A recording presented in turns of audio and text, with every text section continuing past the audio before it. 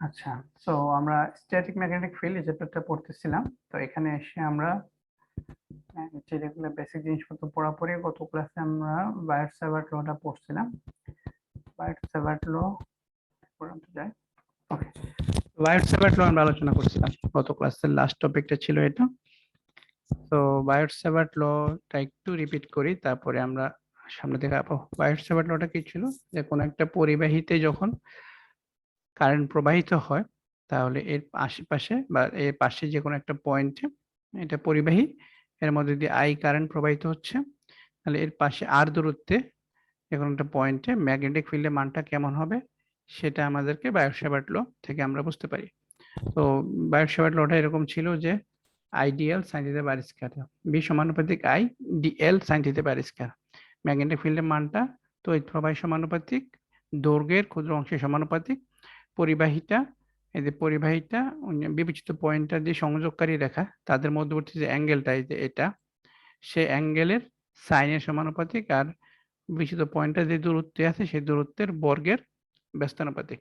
এটা ছিল আমাদের Biot Savart law, I DL sine theta by R square. তো এখান থেকে আমরা সমানুপাতিক সিম্বল উঠে দিয়ে একটা ধ্রুবক কে বসানো যায়, সেটার মান হচ্ছে মিউ নট বাই 4 পাই। শূন্য মাধ্যমের জন্য মিউ নট বাই 4 পাই হয়। মিউ নট হচ্ছে 4 পাই ইন্টু 10⁻⁷, যেটা কনস্ট্যান্ট আমরা জানি শূন্য মাধ্যমের পারমিয়াবিলিটির মান। আবার শূন্য মাধ্যম না বলে যদি অন্য যে কোনো মাধ্যম বলে সেক্ষেত্রে ডিবি হয় mu by 4 pi I dl sine theta by R square. ঠিক আছে, তাহলে একটু পর্যন্ত ছিল আমাদের বায়ট-স্যাভার্ট ল, জেনারেল যে এটা আছে, ইকুয়েশনটা আছে, এক্সপ্রেশনটা আছে সেটা। তো আজকে আমরা আলোচনা করব যে এই বায়ট-স্যাভার্ট লর কিছু অ্যাপ্লিকেশন। তো আমরা এই যে এখানে বায়ট-স্যাভার্ট ল যে জেনারেল ফর্মটা আলোচনা করলাম, সেখানে কিন্তু এই পরিবাহীটা কি রকম হবে সেটা নিয়ে কিছু বলিনি, শুধুমাত্র বলছিলাম যে পরিবাহীর পাশে একটা পয়েন্ট, বাট পরিবাহীটা তো বিভিন্ন রকমের হইতে পারে। তো এই অ্যাপ্লিকেশনটা আসলে পরিবাহীটার কিরকম হবে তার উপর। যেমন প্রথম যে অ্যাপ্লিকেশনটা আমরা দেখব, সেটা দেখব যে এই পরিবাহী যেটা, সেটা স্ট্রেট পরিবাহী, সোজা পরিবাহী, স্ট্রেট লাইন পরিবাহীর জন্য এর পাশে যে কোনো একটা পয়েন্টে ম্যাগনেটিক ফিল্ডের মানটা কত সেটা বের করতে হবে। সেটা হচ্ছে প্রথম অ্যাপ্লিকেশন। 2 নাম্বার কেস যেটা দেখব, তাহলে 2 নাম্বার কেসটা যেটা হবে সেটা হচ্ছে সার্কুলার পরিবাহীটা দেখা যাচ্ছে এরকম একটা সার্কুলার পরিবাহী, কারেন্ট প্রবাহিত হচ্ছে, আর এর যে সেন্টারে, সেই সেন্টারে ম্যাগনেটিক ফিল্ডের মানটা কত সেটা। তো দ্যাট মিন্স পরিবাহীটা কিরকম হবে তার উপরে ডিপেন্ড করে দুইটা অ্যাপ্লিকেশন। শোনা যাচ্ছে তো আমাকে? না সবাই শুনতেছেন তো? জি স্যার। আচ্ছা, তাহলে এই যে এটা হচ্ছে আমার প্রথম যে অ্যাপ্লিকেশনটা, সেটা যে এই হচ্ছে স্ট্রেট লাইন সোজা পরিবাহী যেটা, সেটা এক্স টু ওয়াই, কারেন্ট প্রবাহিত হচ্ছে এইদিকে। আচ্ছা, তো এখানে এই পরিবাহীটার এই পয়েন্টে, পি পয়েন্টে আমাদের ম্যাগনেটিক ফিল্ডের মানটা আমরা লিখবো বায়ট-স্যাভার্ট ল অ্যাপ্লাই করে। তো এখানে আমাদের আগের মতোই পরিবাহীর একটা ক্ষুদ্র অংশ ডিএল, সেই ডিএল থেকে ওই পয়েন্টের দূরত্ব হচ্ছে আর, আমাদের ওইখানে যে আর ছিল সেটা আর, আবার থিতা। তো আর আর থিতা ওইটার সাথে সেম, আমাদের যে জেনারেল ফর্ম যেটা ছিল সেটার সাথে আমাদের সেম। একটা নতুন টার্ম এখানে আমরা আলোচনা আনবো, সেটা হচ্ছে এ। এটা হচ্ছে কি, এ হচ্ছে লম্ব দূরত্ব, মানে পরিবাহীটা থেকে, পয়েন্টটা থেকে পরিবাহীটার উপরে একদম লম্ব টানবো, সেটা হচ্ছে লম্ব দূরত্ব। সেই লম্ব দূরত্ব হচ্ছে আমাদের এ। তাহলে জিনিসটা খেয়াল রাখতে হবে, আর আর এর মধ্যে পার্থক্য আছে। এ হচ্ছে জাস্ট লম্ব দূরত্বটা, আর হচ্ছে দৈর্ঘ্য থেকে ওই পয়েন্টের দূরত্ব, যেটা আমার পরিবাহীর সাথে থিটা অ্যাঙ্গেল করে। ঠিক আছে, তো এটা আমাদের আগেরটার মতোই, আর এই নতুন টার্মটা এ আসলো। এখন এই কন্ডিশনে আমরা, তো এখানে সব লেখা আছে, এ কি, ডিএল কি, আর কি, আই কি, থিটা কি, সব লেখা আছে আমি যেগুলো বললাম। তো সবাই একটু রিডিং করেন, আমি এখানে ক্যালকুলেশনটা পুরো যাচ্ছি না, শুধু ফাইনাল যে ইকুয়েশনটা আছে সেটা আলোচনা করব। তো এই যে সোজা পরিবাহীর ক্ষেত্রে ম্যাগনেটিক ফিল্ডের মানটা এটা হয়, ঠিক আছে। তো এখানে আসলে কি, এটা মিউ নট তো আগেই ছিল, 2 পাই এগুলো কনস্ট্যান্ট, আই হচ্ছে কি তড়িৎ প্রবাহটা ওই পরিবাহীর মধ্যে দিয়ে কি পরিমাণে তড়িৎ প্রবাহ হইতেছে সেটার মান, আর এ হচ্ছে কি, এ হচ্ছে লম্ব দূরত্ব, যেটা বললাম পরিবাহী থেকে ওই পয়েন্টটার এরকম লম্ব দূরত্ব। ঠিক আছে, তো এটা এই সেই পয়েন্টটা আমার নিচের দিকে হইতে পারে, আমরা এখানেও বলতে পারি যে এই পয়েন্টে ম্যাগনেটিক ফিল্ডের মানটা কত, তখন সেক্ষেত্রে এটা হবে আমার এ। দ্যাট মিনস এ হচ্ছে আমার লম্ব দূরত্ব। আর এখানে কিন্তু কোনো আর টার্ম আসে নাই, কোনো আর নাই। ঠিক আছে, তো শুধুমাত্র যেই ডিস্টেন্সটা আসছে সেটা লম্ব দূরত্বটা। তাহলে আমাদের এটা মনে রাখতে হবে যে স্ট্রেট লাইন পরিবাহীর ক্ষেত্রে ম্যাগনেটিক ফিল্ডের ইকুয়েশনটা কিরকম হয়, মিউ নট আই বাই 2 পাই এ। এই তো, তাহলে আমরা এটা ইউজ করে ম্যাথ করব, সেই জন্য এটা আমি আলোচনা করলাম। ডেরিভেশনটা আপনারা দেখতে পারেন অত কঠিন কিছু না, বাট আমার জন্য, আমার ম্যাথ করার জন্য বা আমার পরীক্ষার জন্য আমি যেগুলা যতটুকু আলোচনা করলাম ততটুকু মনে রাখতে হবে। কেউ যদি কোনো প্রশ্ন থাকে তাহলে প্রশ্ন করেন। হ্যাঁ, সবাই চুপচাপ আছেন মানে আমি মনে করতেছি যে আমি যতটুকু আলোচনা করতেছি সেটা বুঝতে পারতেছেন। সেকেন্ড অ্যাপ্লিকেশন আসি। সেকেন্ড অ্যাপ্লিকেশনটা কিরকম, এরকম একটা সার্কুলার কয়েল আছে, সার্কুলার পরিবাহী, পরিবাহীটা হচ্ছে এরকম সার্কুলার, কারেন্ট প্রবাহিত হচ্ছে এরকম। তাহলে সেটার এই কেন্দ্রে সেন্টার যেখানে পি পয়েন্ট, সেই পি পয়েন্টে ম্যাগনেটিক ফিল্ডের মানটা কিরকম হবে সেটা বের করতে হবে। তাহলে এই যে একটা বৃত্ত, তাই না, তাহলে বৃত্তের থেকে এই যে ব্যাসার্ধ যেটা, সেটা হবে আমাদের আর, সরি ওই যে ডিস্টেন্স স্মল লেন্থ আমরা যেটা ধরতাম সেটাই আর কি, সেটা থেকে ওই বিবেচিত পয়েন্টের দূরত্ব যেটা, সেটাকে আমরা আর বলতেছিলাম, সেটা হচ্ছে আর। আর পরিবাহীটা আমার যে অ্যাঙ্গেল তৈরি করে সেটা হচ্ছে আমার থিটা। তাহলে এই আর হচ্ছে আমার এখানে ওই আগের মতোই ক্ষুদ্র দৈর্ঘ্য থেকে বিবেচিত পয়েন্টের দূরত্ব, আর এখানে গিয়ে সেই দূরত্বটা হয়ে গেল ব্যাসার্ধ, কারণ যেহেতু এটা একটা বৃত্তাকার পরিবাহী, তো এটার যে দূরত্ব সেটা আসলে আমার ব্যাসার্ধ হয়ে গেল। ঠিক আছে, তার মানে এই সার্কুলার ক্ষেত্রে আমাদের যে ইকুয়েশনটা আসে সেটা হচ্ছে এরকম,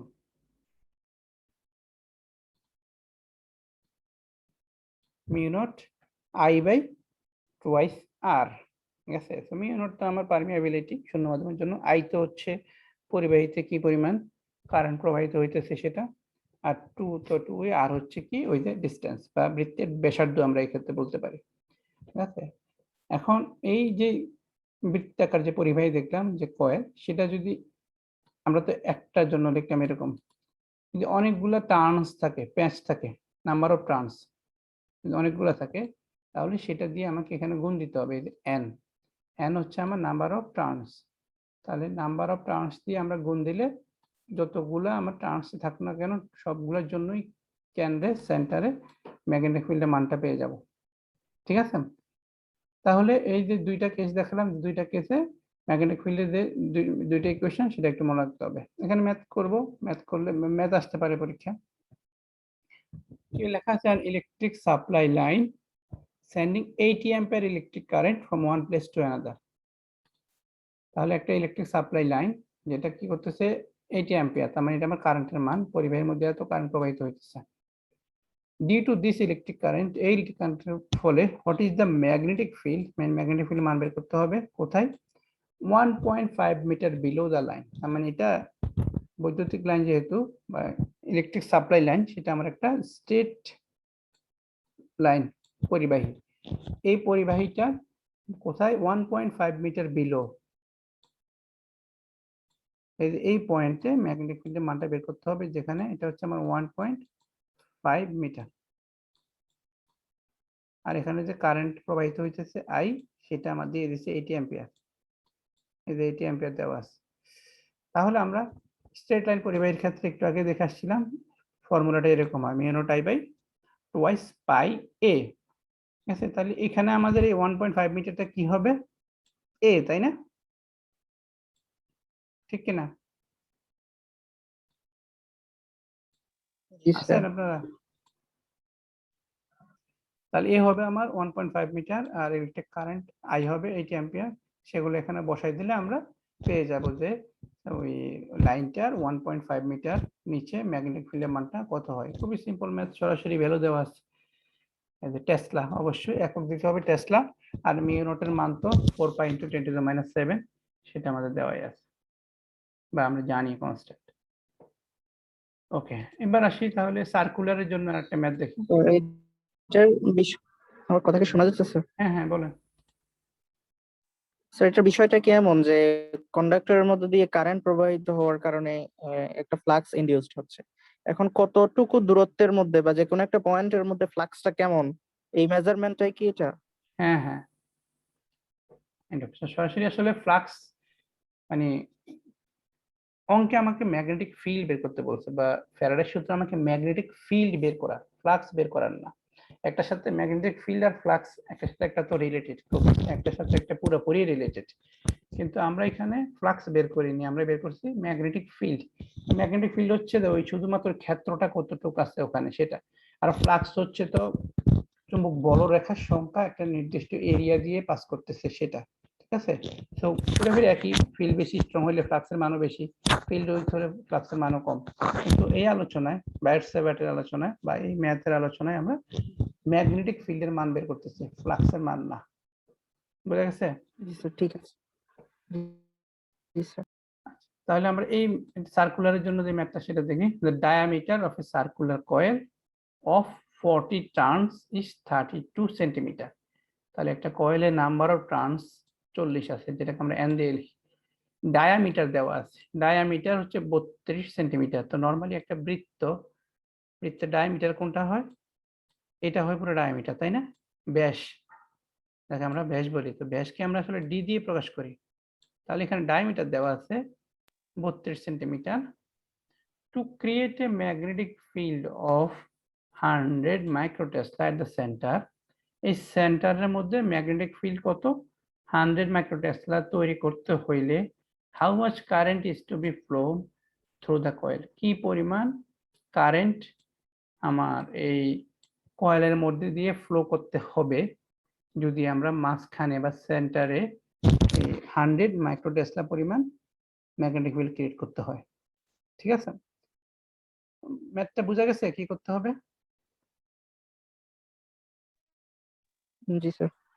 আই মান বের করতে হবে, হাউ মাচ কারেন্ট, তাহলে আই মান বের করতে হবে।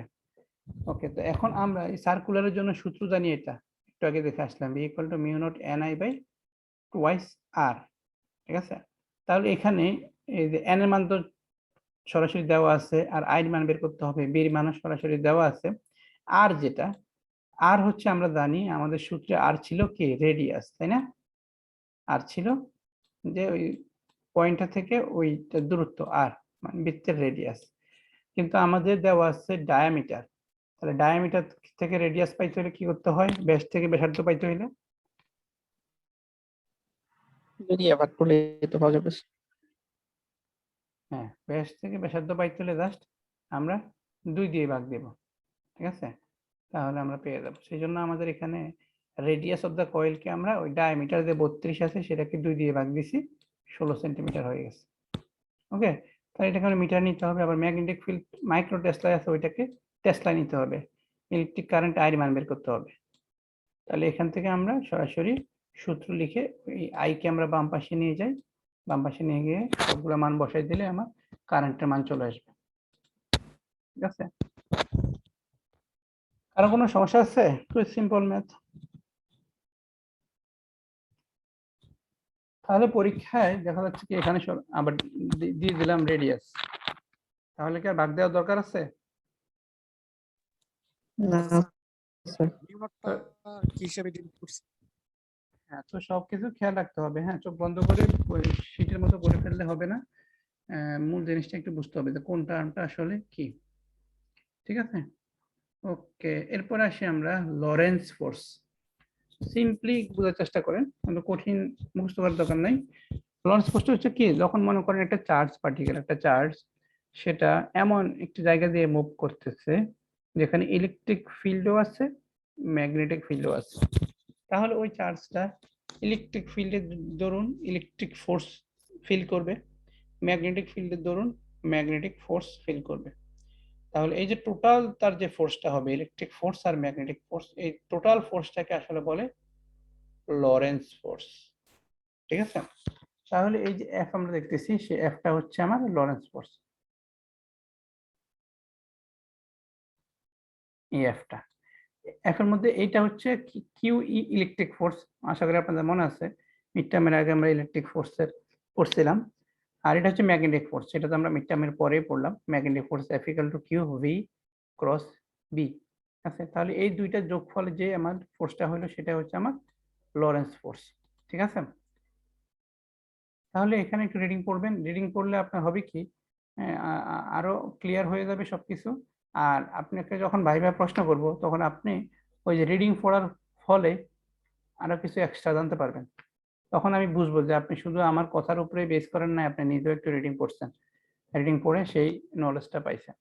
যেমন মনে করেন একটা উদাহরণ দিয়ে এখানে বলা আছে যে আমি এইটা আলোচনা করি নাই যে ডাচ ফিজিসিস্ট হেনরিক এ লরেন্স সে এটা আবিষ্কার করছে, সে এটার নামকরণ করছে, সেই জন্য এটার নাম লরেন্স ফোর্স হয়েছে। আমি মনে করি এটা বললাম না, কিন্তু আপনি যখন বাসায় প্রিপারেশন নিলেন সেটা পুরো রিডিং পড়লেন, এমন এই নামটা পাইলেন। পরীক্ষার সময় যখন ভাইভা প্রশ্ন করলাম তখন সরাসরি লরেন্স ফোর্সটা আলোচনা করে তারপরে এটাও বলে ফেললেন, তখন আপনার এইটা শুনে আমি বুঝবো যে না আপনি রিডিং করছেন। এরকম একটা উদাহরণ দিলাম। এরকম সব জায়গায় আপনি যখন রিডিং করবেন দেখবেন যে কিছু কিছু ইনফরমেশন আপনি এক্সট্রা পাবেন, যেটা আপনাকে মানে প্রমাণ করবে যে আপনি আসলে পড়ছেন, রিডিং পড়ছেন এবং শুধুমাত্র আমার কথার উপরেই বেস করেন নাই। তো এগুলা হচ্ছে আর কি প্রিপারেশন নেওয়ার কৌশল, আপনি রিডিং পড়লে সবকিছু আরো ভালো করতে পারবেন। এবার আসি আমরা অ্যাম্পিয়ার্স ল, বুঝলেন?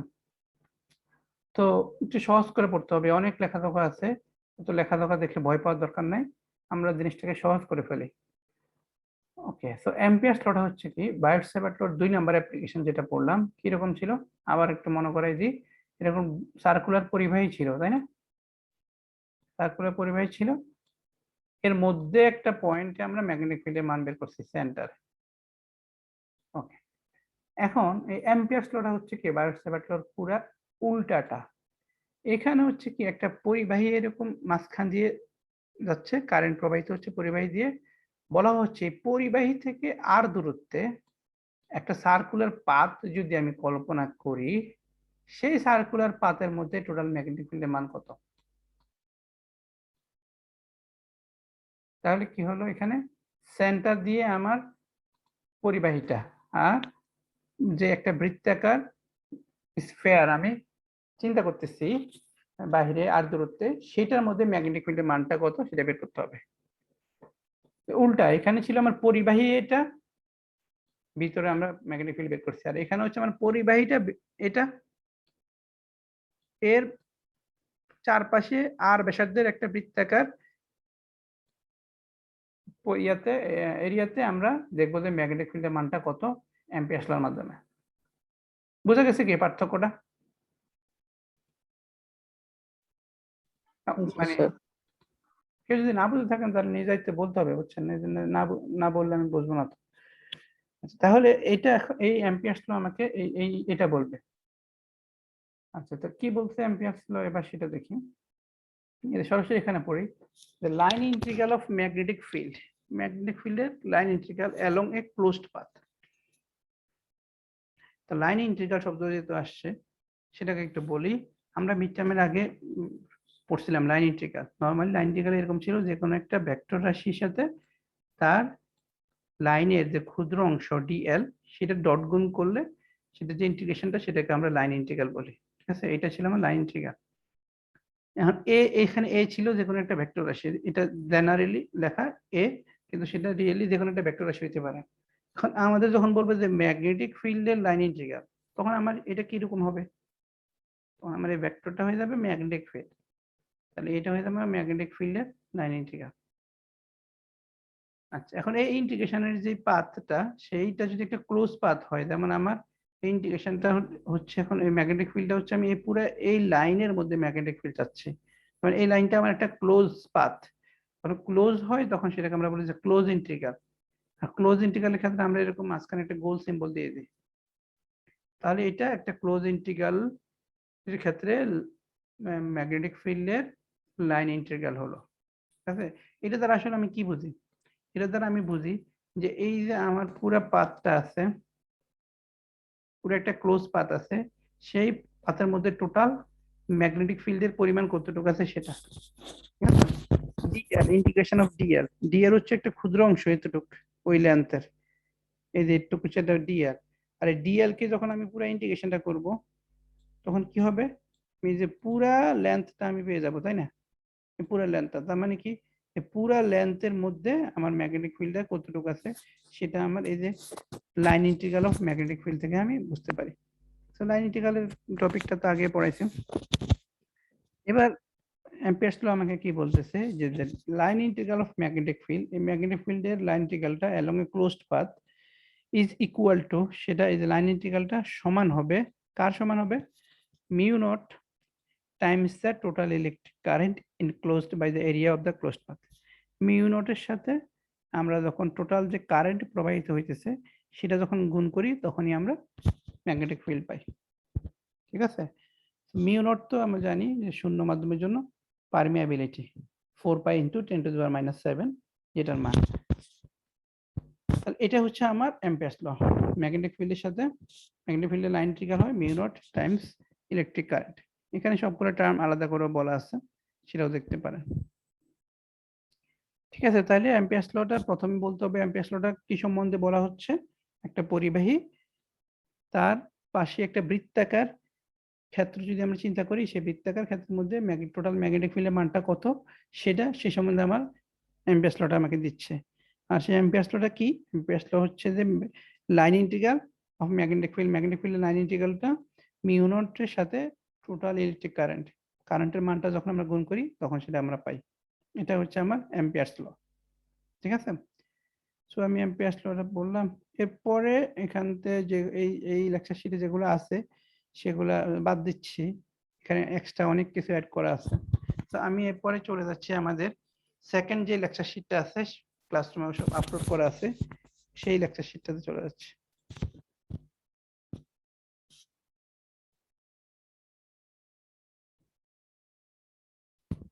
আচ্ছা, তো সেকেন্ড লেকচার শিটটা আসলে ইলেকট্রোম্যাগনেটিক ইন্ডাকশনের উপর। তো এটা সহজ টপিক। ইন্ডাকশন তো আমরা বুঝি, তাই না? ইন্ডাকশন শব্দের বাংলা কি, কে কি বলতে পারবে? ইন্ডাকশনের বাংলা কি?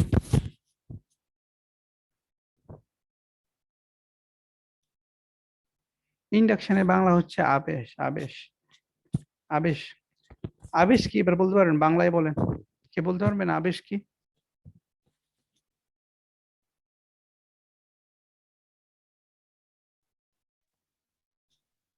একটার সংস্পর্শে আরেকটা ঘটা, এরকম কিছু নাকি? হ্যাঁ, এরকম কিছু। হ্যাঁ, বলেন না কেন, আপনারা কথা বলেন না কেন, বুঝি না। মানে এমন তো না যে না হইলে আপনার নাম্বার কাটা দেবো, না হইলে আপনার সবকিছু আপনি কথা বললেই আপনার ভালো। আপনার ভুল হয়েছে তাও বলছেন, তাও ভালো যে আপনাকে মানে আপনি অ্যাক্টিভ আছেন, ক্লাসে মনোযোগী আছেন। বুঝলে, কথা তো বলতে হবে, ভুল শুদ্ধ ব্যাপার না। হ্যাঁ, মহিউদ্দিন মহিন, হ্যাঁ আপনি কথা বলেন, অন্য কেউ তেমন একটা কথা বলতেছেন, খুব কম বলে অন্যরা সবাই কথা। হ্যাঁ, হাসান মোল্লা বলবেন কিছু? আবেশ একটা থেকে আরেক মাধ্যমে কোনো কিছু প্রবেশ করা, এরকম কি? হ্যাঁ, মানে আমরা একটাই থেকে আসলে আরেকটায়। আবেশ, হ্যাঁ আবেশ হচ্ছে যে মানে একটা সংস্পর্শে আরেকটা প্রভাবিত হওয়া। ঠিক আছে, একটা সংস্পর্শে আরেকটা প্রভাবিত হওয়া, যেমন আমরা বলি না যে সৎসঙ্গে সর্ববাস, কাজে ভালোর সাথে থেকে ভালো হয়ে গেছে, বা এই খারাপের সাথে থেকে খারাপ হয়ে গেছে। তার মানে কি, আসলে ওইটার সংস্পর্শে প্রভাবিত হওয়া, একটা স্পর্শে আরেকটা প্রভাবিত হওয়া, এটাই আসলে আবেশ, বাংলায় যেটাকে আমরা বলি আবেশ। এখন আমরা আমাদের এই আলোচনায় আসি, এখানেও আবেশ সেম প্রসেসই, কিন্তু ইলেকট্রোম্যাগনেটিক, মানে ম্যাগনেটের প্রভাবে আসলে ইলেকট্রিসিটি উৎপন্ন হবে, ম্যাগনেটের আবেশে ইলেকট্রিসিটি উৎপন্ন হবে কোন একটা কন্ডাক্টর, সেটাই হবে আমার ইলেকট্রোম্যাগনেটিক ইন্ডাকশন। নাম থেকে আমরা বুঝতেছি ম্যাগনেটিক, ইলেকট্রিসিটি উৎপন্ন হবে কার ফলে? ম্যাগনেটের ফলে। ঠিক আছে, ইলেকট্রোম্যাগনেটিক ইন্ডাকশন।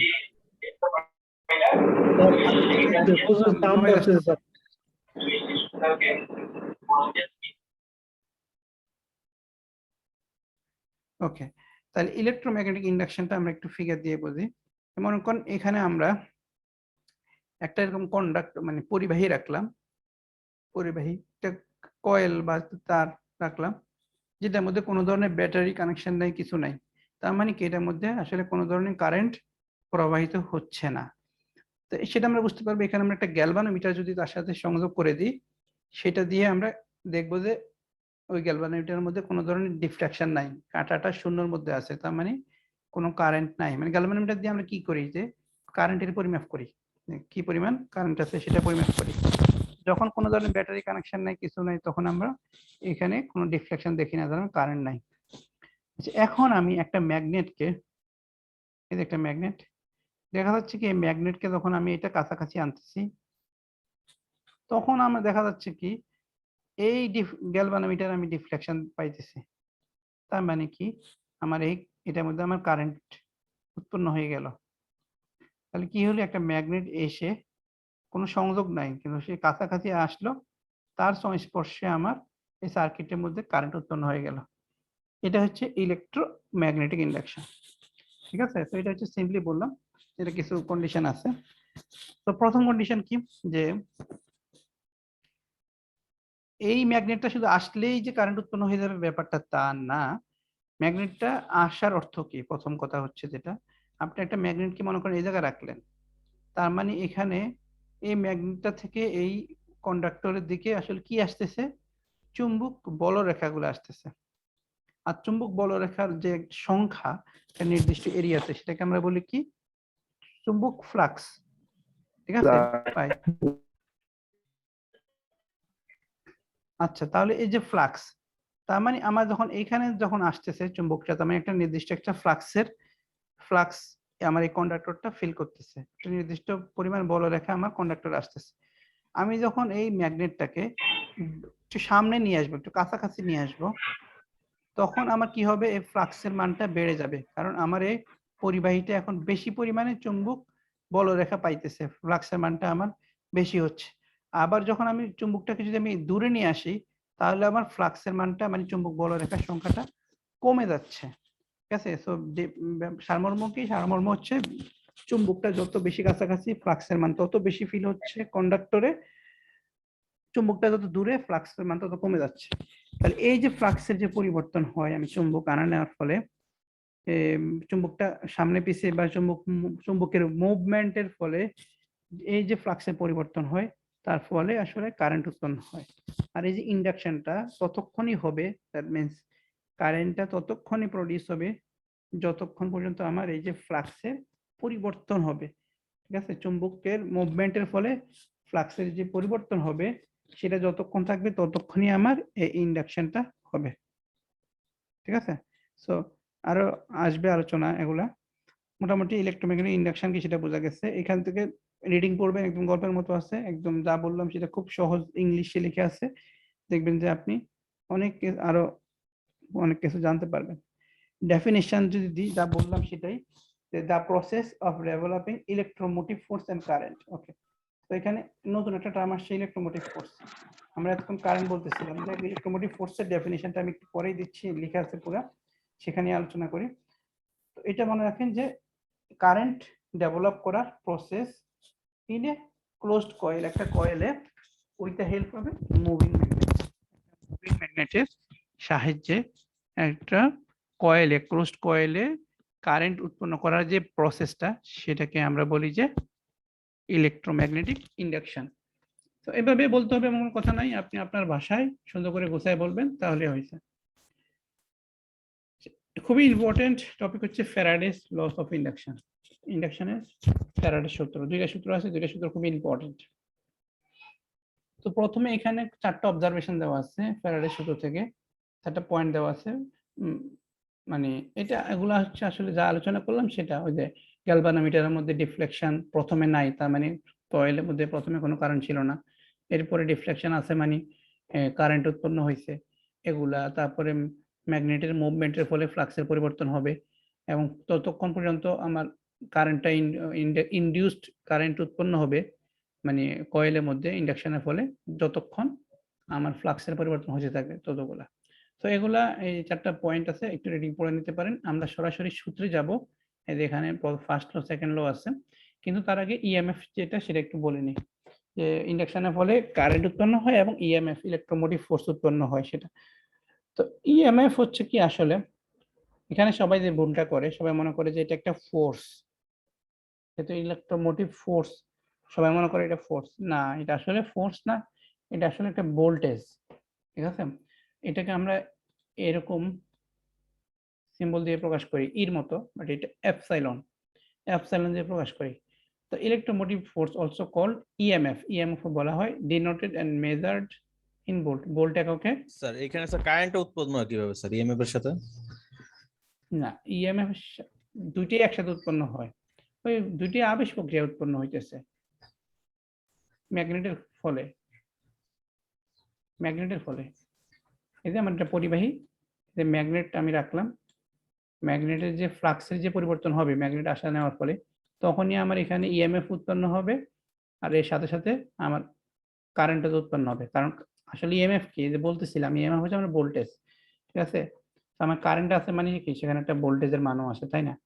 আমার ভোল্টেজ আছে মানে কি, সেখানে আমার একটা কারেন্টের মানও আছে। তো আমার মূল ব্যাপারটা ঘটাচ্ছে তো আমার ম্যাগনেটের আবেশে আমার এই কয়েলের মধ্যে ইএমএফ আর আই দুইটাই উৎপন্ন হইতেছে। তাহলে electromotive force measured in volt, ভোল্টে মাপা হয়, refers to a voltage generated by battery. একটা ব্যাটারি থেকে যে ভোল্টেজ জেনারেট করে সেটাকে আমরা ইএমএফ বলি, অথবা ফ্যারাডেস ল অনুযায়ী যেটা উৎপন্ন হয় সেটাকে আমরা ইএমএফ বলি, which states that time vary magnetic field will induced an electric current. তাহলে একটা ইলেকট্রিক কারেন্ট উৎপন্ন করবে একটা টাইম ভ্যারিং ম্যাগনেটিক ফিল্ড, মানে টাইম ভ্যারিং ম্যাগনেটিক ফিল্ড মানে হচ্ছে ম্যাগনেটিক ফ্লাক্সের যে পরিবর্তনটা হয় সেটা। তো মূল কথা হচ্ছে ইএমএফ এর ডেফিনেশনটা এভাবে দিব যে ইএমএফ হচ্ছে একটা ভোল্টেজ, যেটাকে ভোল্ট এককে মাপা হয়, এবং এটা আসলে ব্যাটারি থেকে জেনারেট করা ভোল্টেজের পরিমাপ আমরা বলতে পারি, অথবা ফ্যারাডের সূত্রে বা ইন্ডাকশনের ক্ষেত্রে আমরা বলতে পারি যে ম্যাগনেটিক ফ্লাক্সের বা ম্যাগনেটিক ফিল্ডের পরিবর্তনের ফলে যেই ভোল্টেজটা উৎপন্ন হয় সেটা হচ্ছে আমার ইএমএফ। আর একটু অ্যাড করে বলা যায় যে EMF electromotive force is not considered a force, electromotive ফোর্সকে আসলে কোনো ফোর্স না, as force is measured in newtons, force যেমন নিউটন এককে মাপা হয়, ইলেকট্রোমোটিভ ফোর্সকে ওইরকম নিউটন এককে মাপা হয় না, বাট এ পটেনশিয়াল, এবং একটা কিন্তু এটা একটা পটেনশিয়াল অথবা energy per unit charge measured in volt, যেটা ভোল্টেজের সংখ্যা, যে এনার্জি পার ইউনিট চার্জ, ঠিক আছে? তাহলে ইএমএফ এর ডেফিনেশনটা একটু মনে রাখতে হবে। আমরা ফ্যারাডের সূত্রে চলে যাই। ফ্যারাডের প্রথম স্যার সূত্র, এই বলবেন কিছু বলবেন, বলেন। এই ইএমএফটা এটা তো হচ্ছে স্যার পরিবর্তনশীল ভোল্টেজ। তো স্যার হ্যাঁ, হ্যাঁ, ডিসি ভোল্টেজকে কি আমরা ইএমএফ বলতে পারবো? এটাকে তো মনে হয় ইএমএফ বলতে পারবো না, পরিবর্তনশীল না, যেটা ব্যাটারি থেকে যেটা পাই। হ্যাঁ, মানে ওকে, ব্যাটারি থেকে যেটা প্রডিউস হইতেছে সেটা আমরা ভোল্টেজ বলি, যেহেতু ইলেকট্রোমোটিভ ফোর্সটা একটা ভোল্টেজ, সেজন্য সেটাকে ওই উদাহরণটা দেওয়া হয়েছে আর কি, ঠিক আছে? যে ব্যাটারি থেকে যেটা ভোল্টেজটা তৈরি হয় সেটা।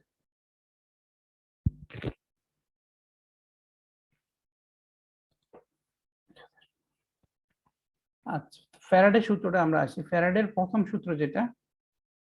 সূত্রটা nothing but the definition of electromagnetic induction.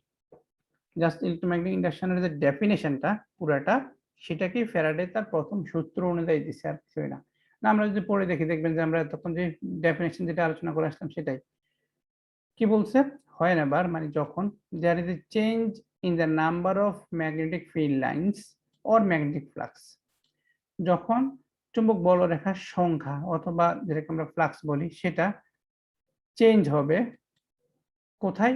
Passing through a closed coil, একটা ক্লোজড কয়েলের পাশে পাস করার সময় যখন এরকম চুম্বক বলরেখার সংখ্যা বা ফ্লাক্সের পরিবর্তন হবে, তখন কি হবে?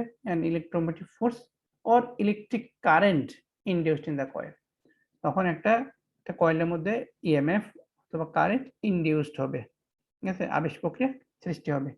The induced electromotive force or electric current, যে এই ইএমএফটা অথবা ইলেকট্রিক কারেন্টটা এক্সিস্ট মানে বিদ্যমান থাকে, অ্যাজ লং এজ ততক্ষণ পর্যন্ত the magnetic field lines or magnetic flux keeps changing, ততক্ষণ পর্যন্ত আমাদের ম্যাগনেটিক ফিল্ড গুলা বা ম্যাগনেটিক ফ্লাক্সের পরিবর্তন হতে থাকবে ততক্ষণ। তো আমরা এগুলো আলোচনা করে আসছি। এই পুরো ডেফিনেশনটাই হচ্ছে আমার ফার্স্ট ল। সুন্দর করে এভাবে এখানে যেভাবে গুছায় লিখছে সেভাবে বলার চেষ্টা করবেন, তবে মুখস্থ না, ঠিক আছে? আর সেকেন্ড লটা যেটা, আমরা এখানে এতক্ষণ পর্যন্ত শুধু বলতেছিলাম যে ইএমএফ প্রডিউস হবে বা আই প্রডিউস হবে মেজারমেন্ট নিয়ে, বা কিসের জন্য কতটুকু ফ্লাক্সের পরিবর্তনে কতটুকু ইএমএফ উৎপন্ন হবে সেই মেজারমেন্ট নিয়ে কিছু বলিনি। সেকেন্ড লটা আমাদেরকে সেই মেজারমেন্ট সম্বন্ধে আইডিয়া দিছে, যে এই যে ফ্লাক্সের পরিবর্তনের সাথে সাথে কতটুকু কি পরিবর্তনে কতটুকু ইএমএফ উৎপন্ন হবে সেটা। তো সেকেন্ড লটা আমাকে বলে কি দ্য ম্যাগনিটিউড শব্দের অর্থ কি বলছিলাম কিন্তু আপনাদেরকে, মান। মান, গুড, মান বা ভ্যালু সেটা। তাহলে the magnitude of induced electromotive ফোর্সের মান ইন এ ক্লোজড কয়েল, একটা ক্লোজড কয়েলের ক্ষেত্রে ইনডিউসড ইলেকট্রোমোটিভ ফোর্সের মানটা কি হবে, ইজ ডাইরেক্টলি প্রপোর্শনাল কার negative of the rate of change of magnetic flux. Magnetic ফ্লাক্সের যে পরিবর্তন তার নেগেটিভের সমানুপাতিক।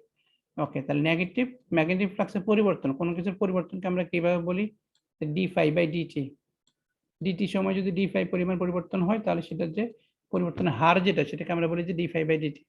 আমরা এইভাবে লিখতে পারি, অথবা আমরা আলাদা আলাদা করে ফ্লাক্সের যে ইনিশিয়াল অবস্থা আর ফাইনাল অবস্থা সেটা অনুযায়ী দেখাইতে পারি। এখানে সেই অনুযায়ী আগে একদম সিম্পলি বলা আছে, তারপরে d5/dt তে গেছে। মনে করেন একটা ফিগার আঁকি, এটা হচ্ছে আমার একটা পরিবাহিতা, এটা হচ্ছে ম্যাগনেট, একটা দূরে আঁকি।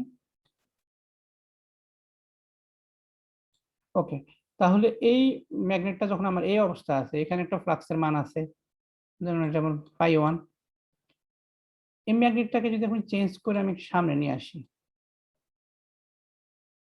এখানে নিয়ে আসলাম, এখানে ফ্লাক্সের একটা মান আছে φ2। বলেন তো কোনটা বড়, φ2 না φ1 বড় কন্ডাক্টরের জন্য? φ2 বড়। তাহলে আমার ফ্লাক্সের পরিবর্তন কতটুকু হইলো আমার এই চেঞ্জের ফলে φ2 মাইনাস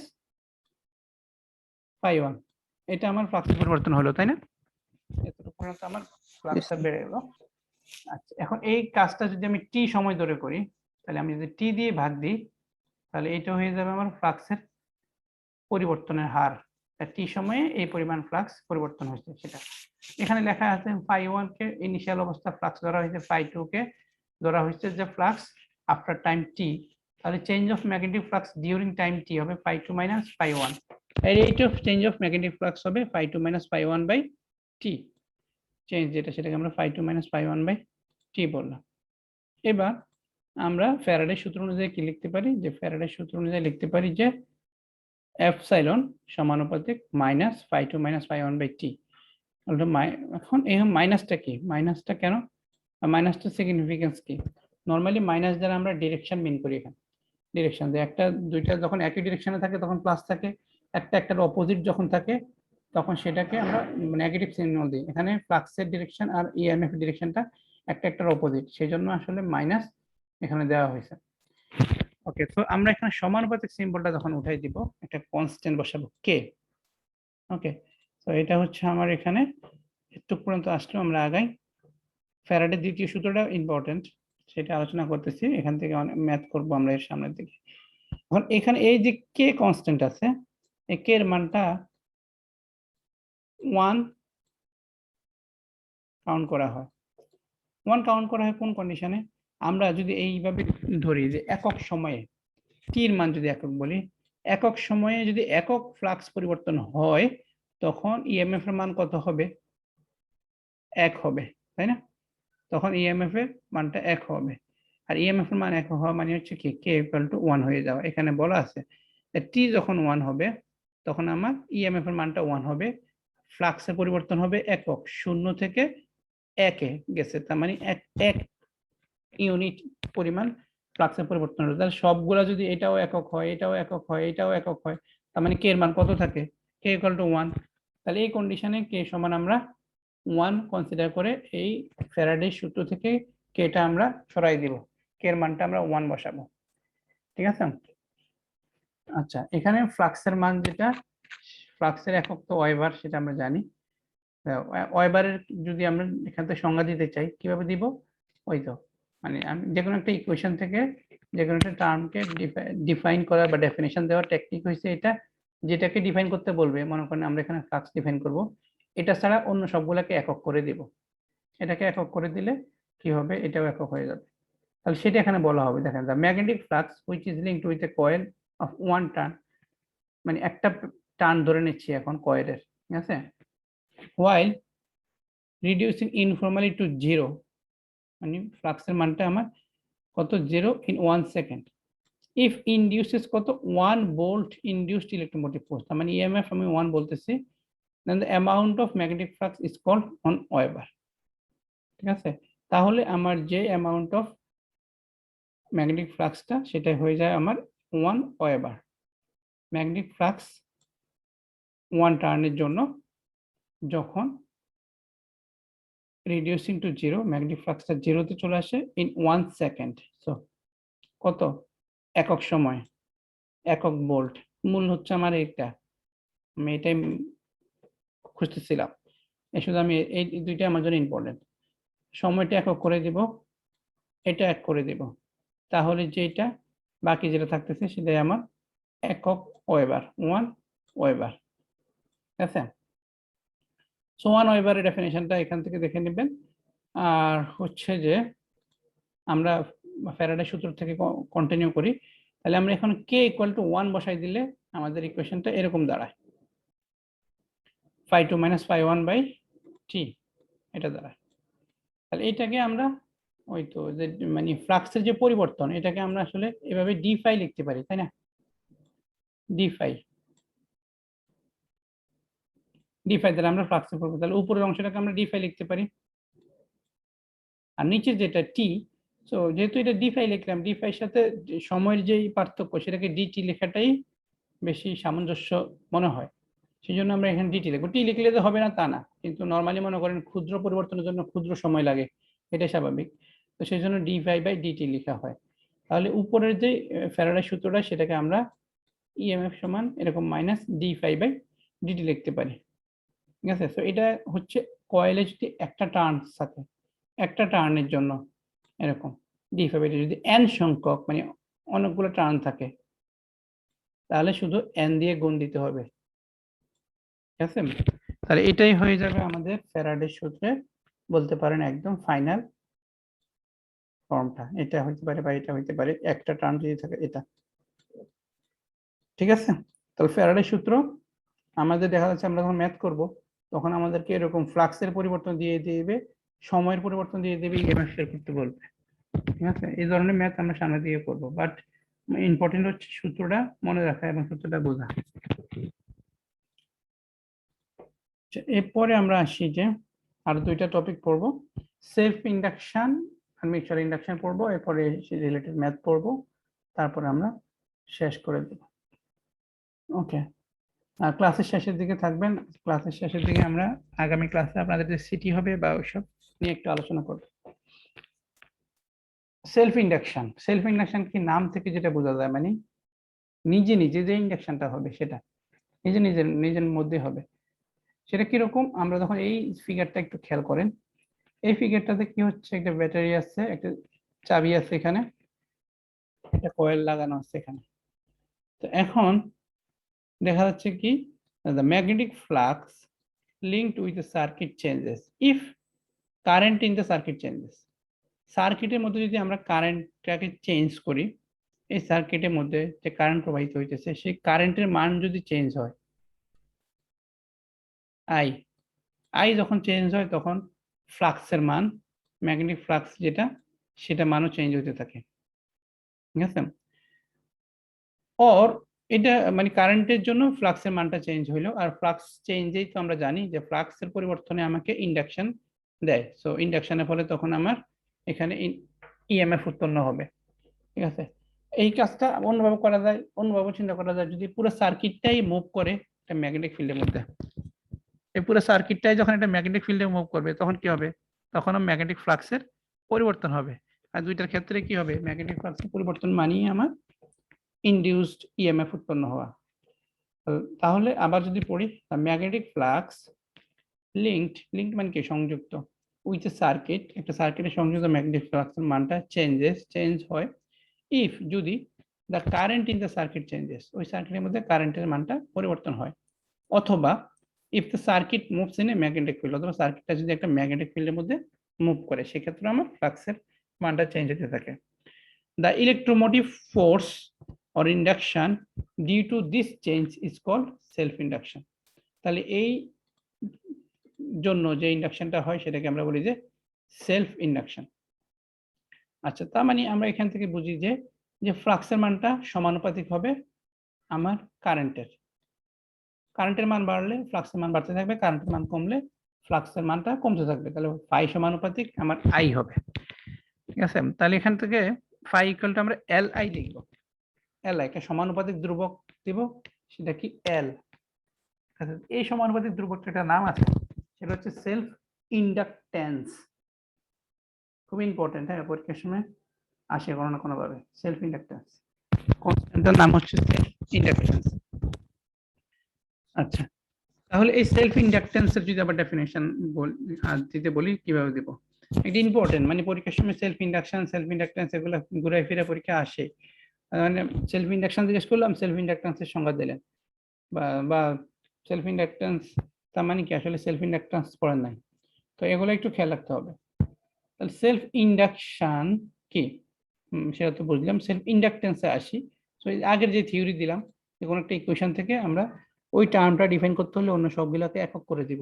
তাহলে এখানে phi equal to L I, এটা করতে হলে আমি আই যদি 1 দেখাই দিই, তাহলে আসলে যে ফ্লাক্সটা আমার থাকবে সেই ফ্লাক্সটাই হচ্ছে আমার সেলফ ইন্ডাকটেন্সের মান।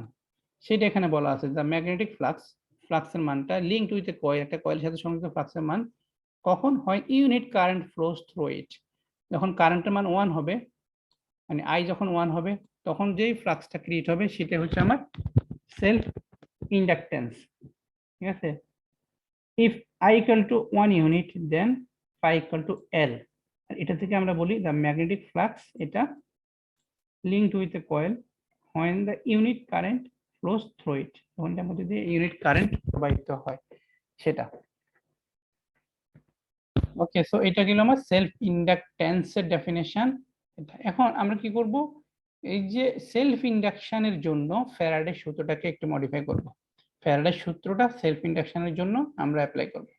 তাহলে ফ্যারাডের সূত্র তো এরকম ছিল, F সমানুপাতিক d∅dt, বা এখানে আমরা সমানও দিয়ে দিতে পারেন, যেহেতু আমরা আলোচনা করে আসলাম যে সমানুপাতিক ধ্রুবক সেটা 1।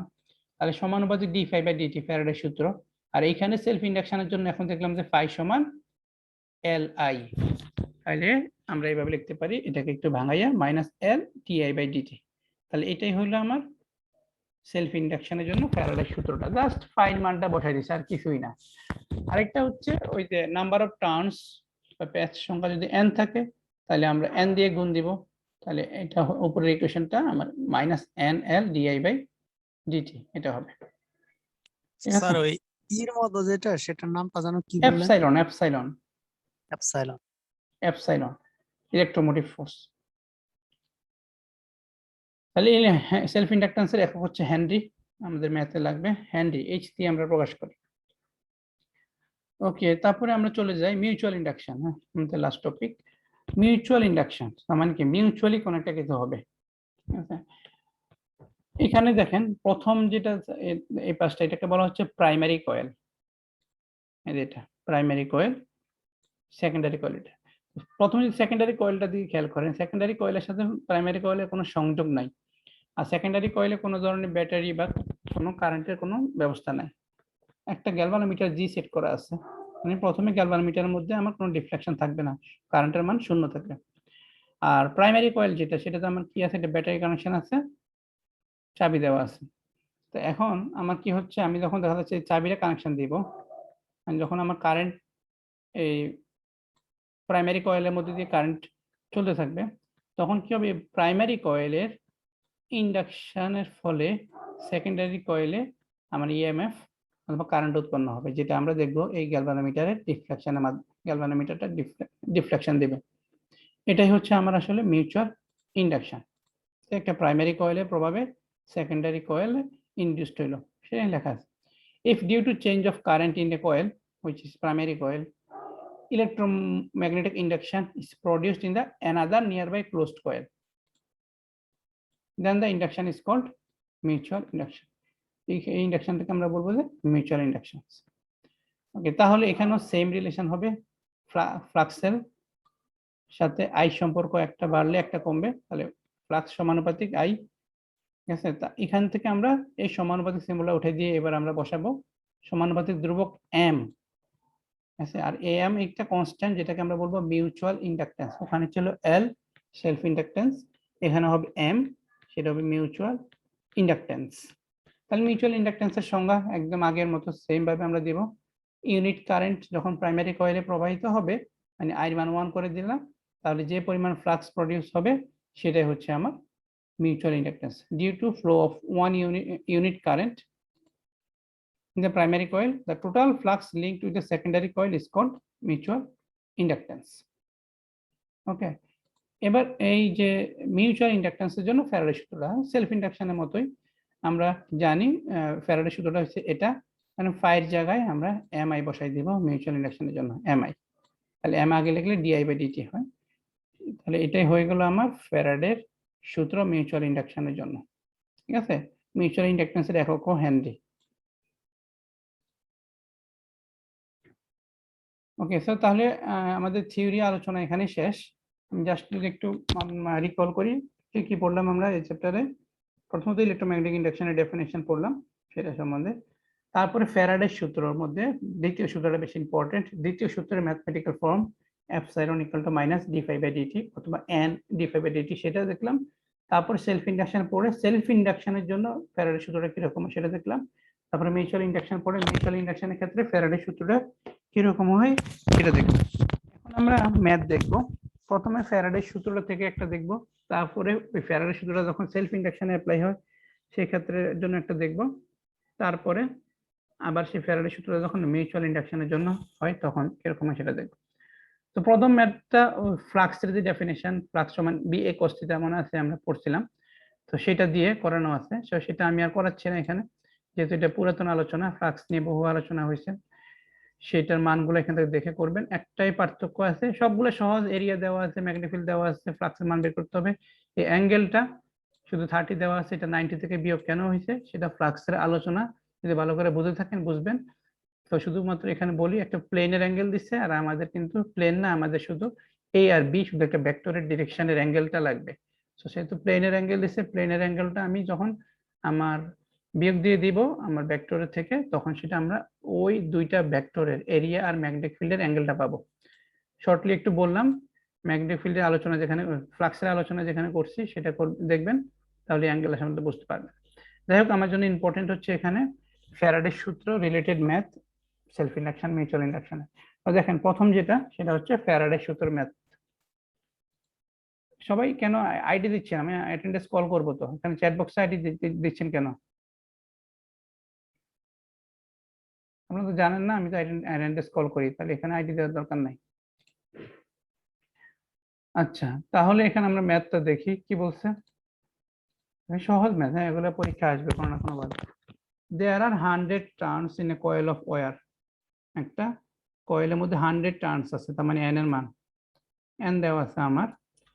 When coil is displaced from one point to another 0.01 second, মানে টাইমের পরিবর্তন কতটুকু আছে 0.01 সেকেন্ড, dt আমার দেওয়া আছে। Between the poles of two magnets a change of magnetic flux takes place, এত। তাহলে ম্যাগনেটিক ফ্লাক্সের পরিবর্তনও দেওয়া আছে, সময়ের পরিবর্তনও দেওয়া আছে, ঠিক আছে, টার্ন সংখ্যাও দেওয়া আছে, এগুলো সব দেওয়া আছে। কি বের করতে বলছে? What is the induced electromotive force, electromotive force যেটা সেটা বের করতে বলছে। কিন্তু খুবই সহজ, খুবই সহজ, এত সহজ ম্যাথ। তাহলে epsilon minus n d∅/dt, n এর মান বসাবো, d∅ সরাসরি দেওয়া আছে, dt সরাসরি দেওয়া আছে, ক্যালকুলেশন করার পরে চলে আসছে। খেয়াল করে ইএমএফ এর এককটা অবশ্যই ভোল্টেজে বসাইতে হবে, ঠিক আছে। তাহলে এখানে পরীক্ষায় দেখা যাচ্ছে কি অন্যভাবে আসতে পারে, ইএমএফ দিয়ে রাখলাম, আপনাকে বললাম যে ফ্লাক্সের পরিবর্তন কতটুকু হয়েছে বের করো, বা সময় পরিবর্তন কতটুকু হয়েছে সেটা বের করো। ওই ধরনের চেঞ্জ হতে পারে, কিন্তু মূল যে সূত্রটা সেটা ঠিক থাকবে। এবার সেলফ ইন্ডাকশনের ক্ষেত্রে ম্যাথটা দেখি। Self inductance of inductor is 10 henry. Self ইন্ডাকটেন্সের মান দেওয়া আছে, মানে এল 10 হেনরি।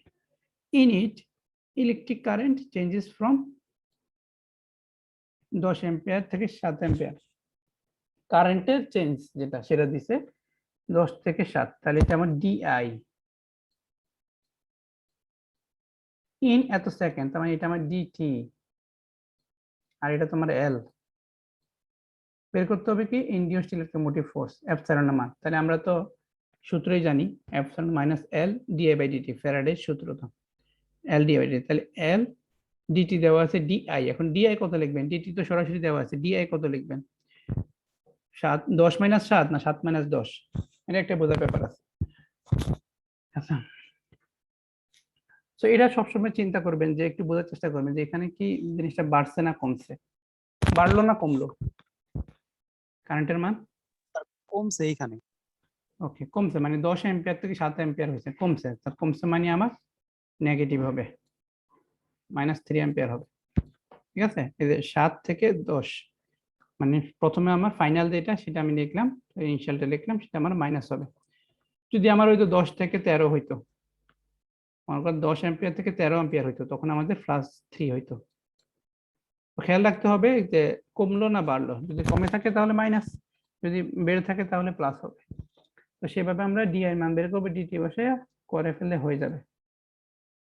তাহলে সেলফ ইন্ডাকশনের জন্য ম্যাথ দেখলাম, তারপরে এবার আসি মিউচুয়াল স্যার ইন্ডাকশনের জন্য math। এক্ষেত্রে স্যার ম্যাথ কমছে তো কারেন্টের মান যদি বাড়তো স্যার তাহলে যদি বাড়তো মনে করেন 10 থেকে যদি মনে করেন 13 হইতো বা 14 হইতো, তাহলে আপনার 3 অ্যাম্পিয়ার হইতো, মানে আপনার বাড়ছে, তার মানে কি প্লাস ভ্যালু। ঠিক আছে, সবসময় ফাইনালটা থেকে ইনিশিয়ালটা দেখবেন যে কি অবস্থা, বাড়ছে না কমছে, কমে গেলে মাইনাস, বেড়ে গেলে প্লাস।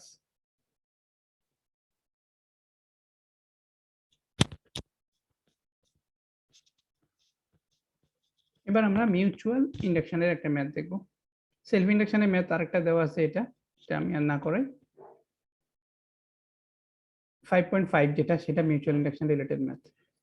এখানে কি দেওয়া আছে যে if current in the primary coil changes from 6 ampere to 1 ampere, তাহলে এটা ডিআই, এটা কত হবে বলেন তো? প্লাস হবে না মাইনাস হবে? -5। -5 হবে, তাই না? কারণ 6 থেকে 1 চলে গেছে, মানে 5 কমে গেছে, তার মানে আমার -5 হবে, -5 অ্যাম্পিয়ার হবে।